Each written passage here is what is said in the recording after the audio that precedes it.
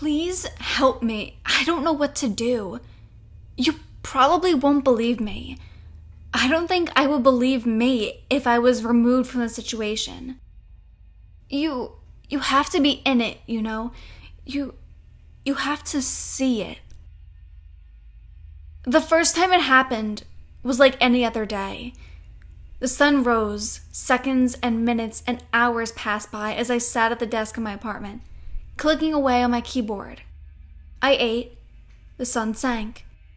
A metacom of happiness sprung into my heart when the shift ended, and I settled into the grove of my couch for the remainder of the night. I tried not to look at the stark apartment, tried not to move for more. More space, more furniture, more voices filling the rooms than my own when I talk with Surrey. I knew that if I allowed myself to wallow, to sink into the abyss of my isolation, I would never crawl out again. So I turned up the volume of my television, basking in the escapism of society's projected images. The television was so loud that I don't know how long they were there. I only remember sensing a distortion in my peripheral, but I ignored it at first. I dismissed it as fatigue. When I heard it during a silent moment in the program I was watching, I was unable to cover myself with a veil of ignorance any longer. I turned my head to the door that led out to the hallway, and there they were, sticking out through the crack between the door and the tiled entrance, a set of human fingers waving at me, its nails hitting against the floor. No, not waving. That's not right. It was more like a rolling wave of fingers and beckoning. I couldn't see a palm or a wrist, or even a thumb. Just 4 fingers pulsating beneath the door. I couldn't move. I sat on my couch, knees shaking, sweat forming. I could hear myself screaming inside my head, willing me to spring up from my seat and approach the door. But my heart was pumping cement into my limbs. I managed to croak out a set of words, a question. Who's there? The fingers stopped, just sat there for what seemed like an eternity, fingers wide apart as if frozen. Then in a flash, they whipped back out from underneath the door into the hallway. The sudden movement broke my trance, and I sprang up from the couch and ran to the door. I turned the handle and yanked it open. I threw my head out into the hallway, but no one was there. I breathed out a sigh of, what, relief? Maybe. If it was relief, it wasn't content relief. It was more like the relief of narrowly missing an oncoming car as your car swerved into the opposite lane. I wanted to step out, to go knock on my neighbors' doors and ask if they saw or heard anything. I wanted to run to the end of the hall, to the stairway leading out of the building, to outside where surely I would see some kid running away, laughing with his friends, savoring the bravery of following through the youthful dare. But of course I did none of those things. When the adrenaline drained away, I retreated back into the safety of my home, because nothing could get me there. Right? The next morning felt surreal. The harder I tried to remember what had happened, the more my memories felt like they were trapped in a whirlpool. I stared at the hallway door for a long time that morning, trying to piece together what I remembered. What color skin did those fingers have? Did they have long nails? Were they from a man or a woman? Did it even happen? That thought scared me more than anything sticking out from underneath the door. If I couldn't trust my memories, I chose to move on. Kids acting out on a dare, I decided. That was the most logical thing. What else could I do but hang on to the solidity of logic? I sat down to another day. The sun rose. Hours passed by in a daze as I tried to type away on my keyboard. I tried to eat, but could barely stomach more than a few mouthfuls. The sun went away again, its warming glow extinguished for another day. The television bloomed to life as I sat down on my couch, despite my attempts to retrain some sense of normalcy. My eyes couldn't help themselves. They kept darting back to the door, to the crack beneath it. In my head, it wasn't fingers that came through the crack, but instead a whole arm. It expanded, stretched, slithered up the door and to the handle. Before I could stop it, the door opened, and I couldn't close my eyes to the horror standing in the hallway. I closed my eyes and counted to 10, an old trick to calm myself down from such thoughts. When I opened them, I only saw a door, and then this time my sigh of relief was one of content. Hours of passively watching the television went by, until I could stay awake no longer. I killed the images with the remote, stood up and walked into the bathroom. I closed the door, not really thinking about the absurdity of wanting privacy in an apartment with no one in it but me. Some habits, I think, are so deeply ingrained that to break them requires a level of concentration I was not capable of at that point.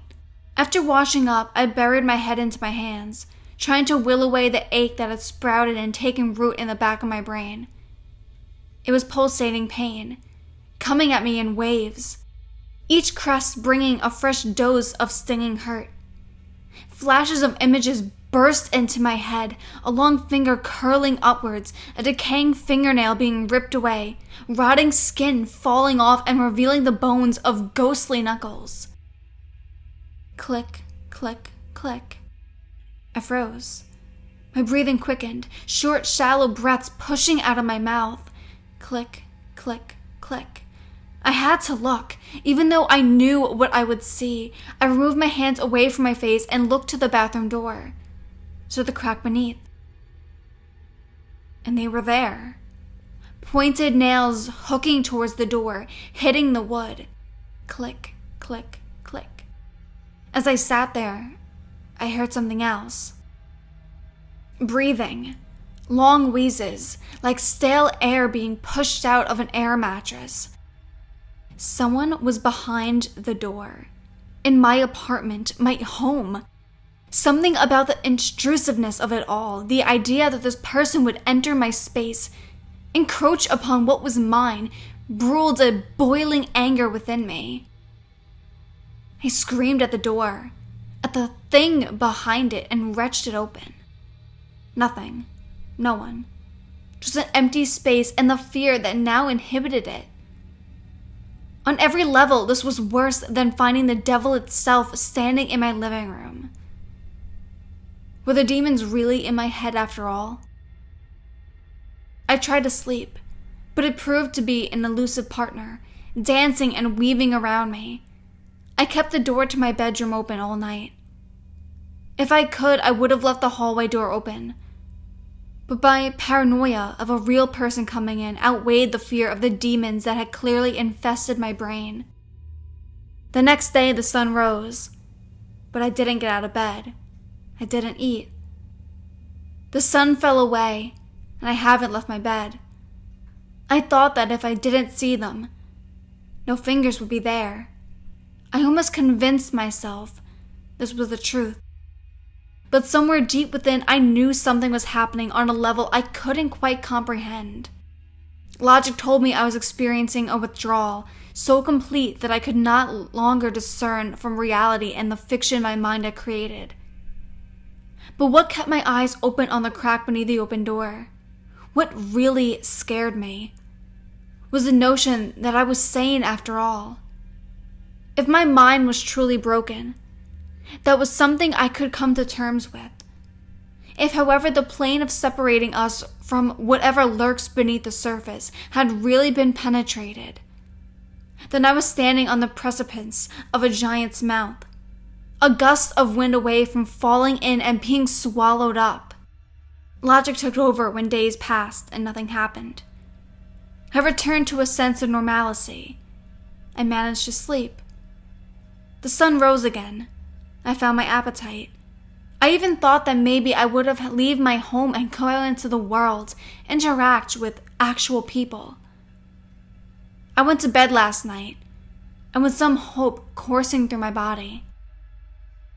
Still, underneath it all, I kept the door open.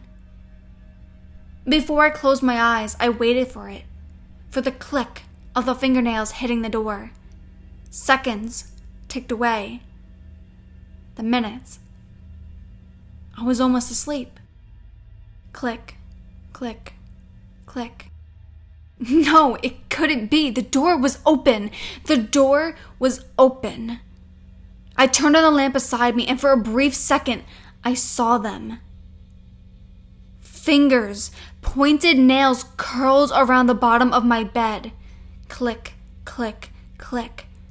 I know I should have gotten out of bed. I know I should have confronted what was there. End it either way. But I couldn't. I threw my blanket over my head, willed it to go away. Click, click, click. Go away! Click, click, click. They were there all night.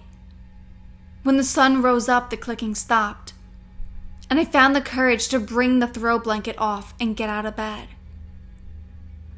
This time, I found something. There at the bottom of my bed frame were scratch marks, nail marks. Together they formed something. A word. Got you.